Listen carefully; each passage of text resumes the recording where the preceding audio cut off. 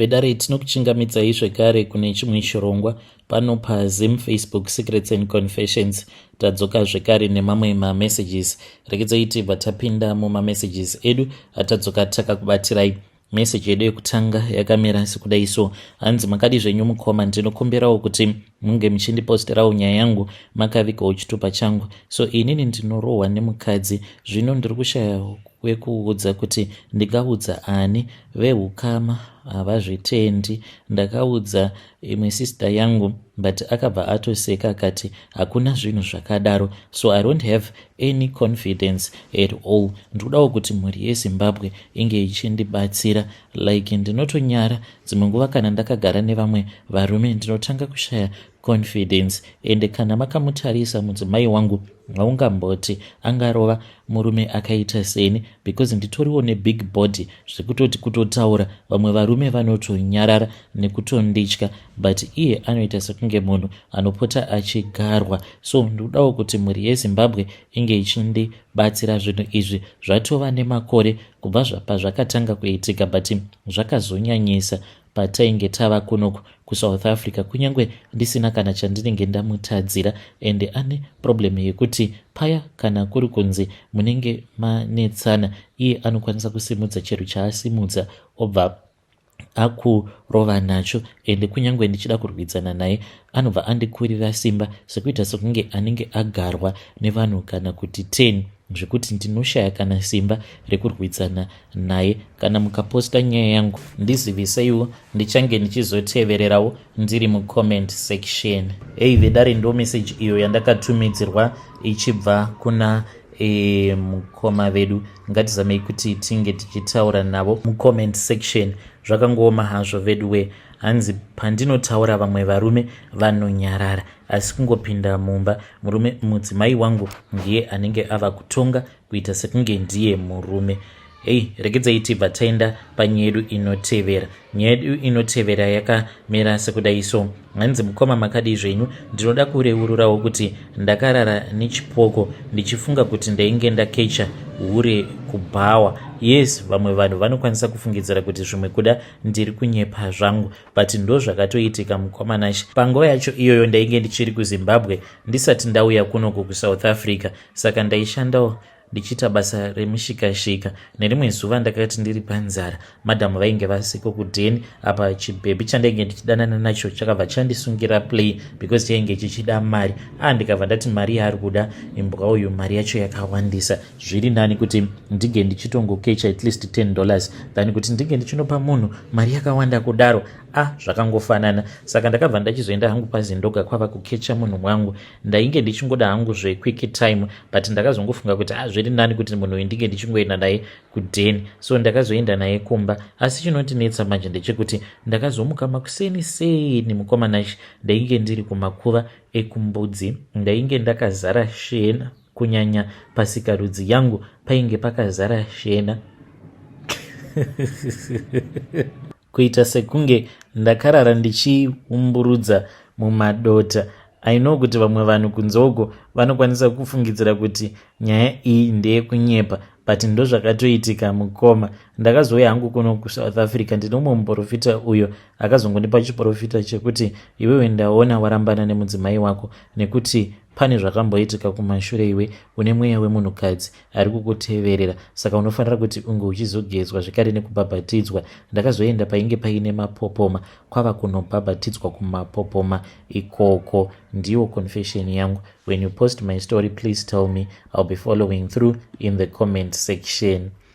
Vedare ndo message iyo yandakatumidzirwa ichibva kuna mukoma vedu. Zvakangoma hazvo veduwe. Ngatizamei kuti tinge tichitaura navo mukoma vedu ava mucomment section. Strange things indeed, they do happen in this world. Rekedzai tibva taenda panyaya yedu inotevera. Nyaya yedu inotevera yakamira sekudai so.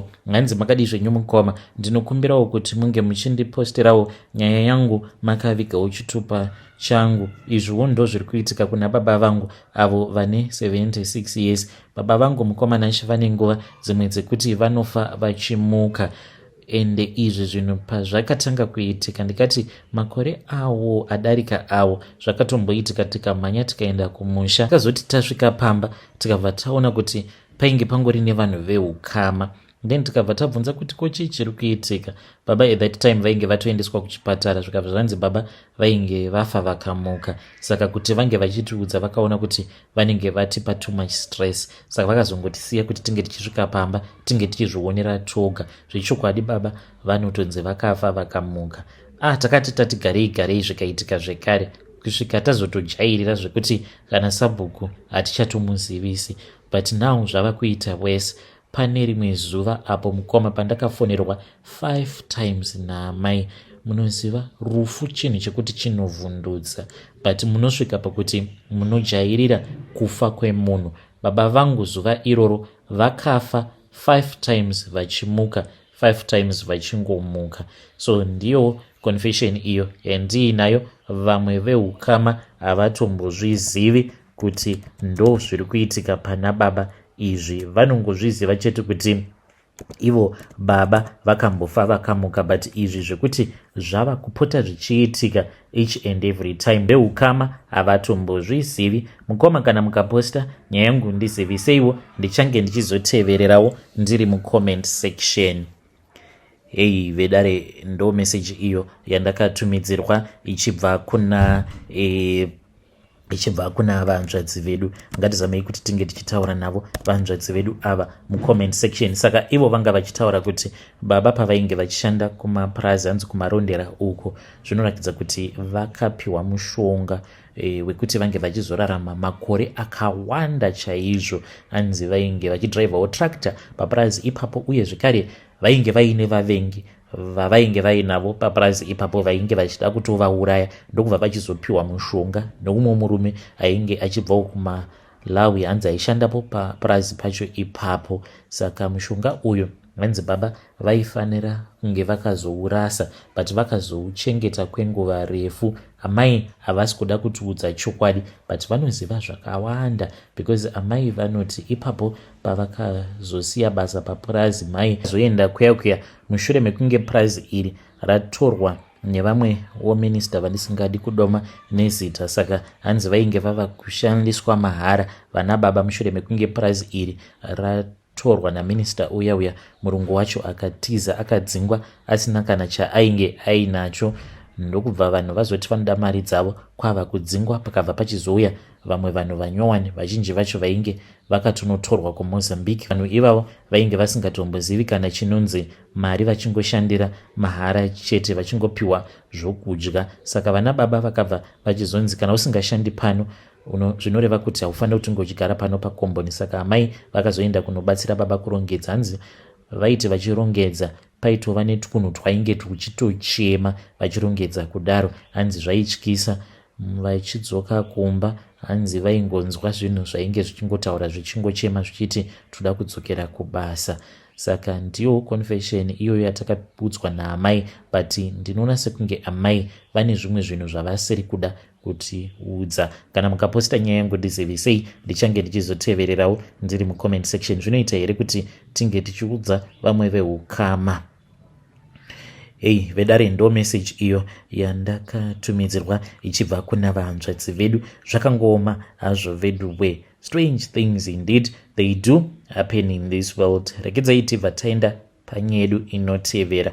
Hey, it is very sad. Hanzi makadi zvenyu mukoma, ndinokumbirawo kuti munge muchindiposterawo nyaya yangu makaviga chitupa changu. Baba vangu vakazofa nechirwere cheHIV. Baba vangu vainge vari musoja. Mushure mekunge vatanga kudanana negirlfriend yavo, amai nini vakabva vachizorambana naamai. Ndokubva vadzinga amai paya, tikabva tatanga kugara naamai nini. Amai nini vainge vasitomborina kana mwoyo wakashata zvavo, asi amai nini ava mukoma vakazoita kuti ndinge ndichirara nemurume apo pandainge ndiine 11 years. Step mom vangu vaipota vachinditsvakira zvikomba kusvikira ndazobatwa neHIV. Ndakabatwa neHIV I think ndainge ndichiri kuma 13 years, ndikarwara mukoma. Baba vangu vakachema pavakazozvinzwa kuti ndainge ndiine HIV. Apa ivo amai nini vainge vasingadi kuti tiende kuchipatara, vachizviziva havo kuti kuenda kuchipatara ndainge ndichazobatwa kuti ndainge ndiine HIV, because dzimwe nguva vaiti kana chikomba chavo chikauya apa vainenge vaine chimwe chikomba, sezvo tainge tisingagari nababa always. vaibva vachizonditi ndinge ndichizoenda kunosejisa chikomba chiya apa ndichiri mwana mudiki kudaro mukoma, ndobva ndatotanga kutorara nemurume uya. Zvinhu izvi zvakatanga kuitika kubva ndiine 11 years. Nerimwe zuva ndakangopatika pakati peusiku ndikanzwa noise, saka ndainge ndisingatozivi kuti noise iyi yainge isiri yevanhu vainge vachirwa, kwete yainge iri noise yevanhu vainge vachitosika bondi. Kwava kuenda kuya ndichifungidzira kuti zvimwe kuda baba vainge vachirova amainini. Ndichinosvika kuya wanikwe vainge vari amainini vari busy nomumwe murume vachisika bonde. Kubva ipapo vakabva vatanga kundifarira, vainge vachindipa mari vachinditi enda unotenga masweets, enda unotenga zvakati. Kudzamara ndichizotanga kuitawo zvevanhurume, ndivo vakatondipa maboyfriends, ndichizorara neimwe boyfriend, ivo vainge vatori neimwe boyfriend mubedroom. Zvose izvi zvaiitika, vamwe vanin'ina vangu vakarara. Kutaura kudai mukomanashi, nditoriwo pachirongwa. Ndiyo confession yangu iyo yandinayo. Vedare ndo message iyo yandakatumidzirwa ichibva kuna vanzvadzi vedu. Zvakangooma hazvo vedu we, ngatizamei kuti tinge tichitaura navo vanzvadzi vedu ava mucomment section. Just imagine 11 years. Rekidzai vataenda panyedu inotevera. Nyedu inotevera yakamira sekudai so. Hanzi makadi zvenyu mukoma, ininiwo I am a teacher. Handidi hangu kutaura zvakawanda nekuti zvinozondikanganisirawo upenyu hwangu. Iniwo ndine mari. Just being a teacher, it is because ndo mission yangu iyoyo. Asi yambiro yangu ndisingadi kutaura hangu zvakawanda ndeyekuti vabereki tangai manamatira vana venyu, especially kana mwana wako ari kuboarding school. Mwana wako kana ari ku all girls boarding school kana kuti all boys boarding school, unofanira kuti unge uchitonamata nekutorevesa, because tine mimwe mweya iyo yatinosundidzira mavari vana ava, like vana LGBTQ spirits. There is a spirit behind that. Ndo yatinosundidzira mavari vana ava. Vamwe havo maticha vanozviita nekusaziva, vachipreacha the gospel of tolerance, but zvavasingazivi ndezvekuti it is a doctrine that is straight from hell, the doctrine of tolerance when it comes to this thing between man and a woman. Saka ndinoda kungokurudzirawo kuti vabereki tangai manamatira vana venyu vasati vaenda kuzvikoro, nekuti vanojoiniswa mune zvimwe zvinhu zvavasina zera nazvo, zvavasinganzwisisi. Vedare ndo message iyo yandakatumidzirwa ichibva kuna vanzvadzi vedu avo. Hanzi handidi hangu kutaura zvakawanda nekuti ndinokwanisa kuzozvikanganisira mushure mekunge ndanyanyisa kuzvifumura. Zvakangooma hazvo vedu we. Rekidzai vataenda panyedu inotevera. Nyedu inotevera yakamira sekudai so. Hanzi makadi zvenyu mukoma, ndinokumbirawo kuti munge muchindipostirawo nyaya yangu makavika chitupa changu. Ndoda kungoreururawo kuti pamusha pedu hapabudwi nelight usiku. So kana ukabuda nelight usiku unobva wachizotanga kuona vamwe bankuru vedu ava mukoma vakasoshaika mushure mekunge vanetsana nababa. Saka vakatombouya pamba pedu kwava kuti kuna baba, iwewo ndio uri kukonzeresa maproblems ose awo andiri kusangana nawo kubva mumarriage uye zvekare kuvana vangu, because bankuru ava vainge vaine umwe mwana wavo ainge achipenga. Tainge tichitomutya. Iye aiti kana akasangana nesu mukoma, kana kuri kunzi anenge asina kusungirirwa, aiwanzo kuswera akasungirirwa pane umwe muti uye zvekare usiku, then aibva achizosungirirwa mune imwe spare bedroom. Aibva atanga kuti mhanyisa zviya zvekutoti aita sekunge munhu achatiuraya kana akatibata. Taizotonunurwawo nevanhu vakuru. Dzimwe nguva aiti kana akakubata aitanga kukurova achita kukupombera nezvibhakera achiti baba venyu vanozviziva mhani, baba venyu vanozviziva, achitaura zvimwe zvinhu zvainge zvisinganzwisisiki. Saka bankuru ava mushure mekunge vauya vakanetsana nababa vangu pamberi pasabhuku, baba sezvo vainge vari munhu ainge aine mari, vakazotoendesa nyaya yacho kuna mambo. Ende nyaya yacho mukoma yakangotsikwa nekuti vainge vaine mari. Ndonguva iya yakatanga kuitwa izvi zvemamining claims. Saka mambo vainge vachinyengererawo kuti vange vachikwanisa kuzobatsirwawo nababa vangu kuti vange vachizodzifambira nyaya dzacho kuenda kuna naHigh Court kuti vange vachizokwanisawo kuwanawo mining claim yavo. Saka baba ndo vainge vachiwirirana nemaloya akawanda plus vainge vaine mari. Banguru ava mukoma vakazoshayika mushure mekunge nyaya iyi yaenda kwamambo. Saka mambo I know kuti vakazoita dhiri naSabhuku nemupurisa wamambo because pakazongoya imwe ng'anga yenge isinganzwisisike mukoma. Ng'anga iyi yakabva yachizomanikidzira Banguru kuti vange vachizisunga nemakavi uye zvekare vakabva vachizonwiswa rimwe porridge. Mushure mekunge vanwiswa porridge riya pamberi pevanhu vakabva vatanga kurutsa.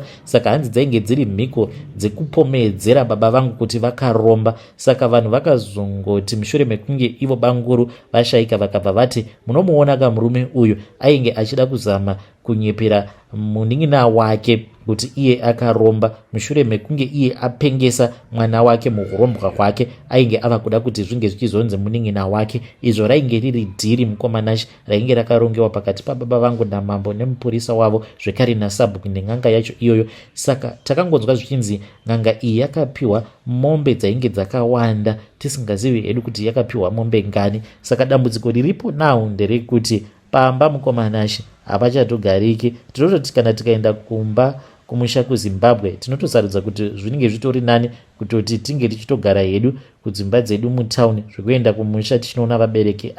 Izvo takasiyana nazvo kudhara because hakugariki, kunotyisa, kunoonekwa zvimwe zvipuka zveusiku zvinotyisa. Ndine imwe hanzvadzi yangu uyo anoti akaona chigoritoto paruvazhe nerimwe zuva akati ari kumusha abva kuno kuJoni akazoti abatwa nemudumbu kwava kuda kubuda paya achida kuenda kunozvibatsira. Hanzi ndakaona zigoritoto uye zvekare akaona chipoko chaBanguru. Nyaya idzi takanzi hatifane kuti tinge tichiudza kana ani zvake. Hameno wai ndazouya ndichizokuudzai nyaya iyi mukomanashi.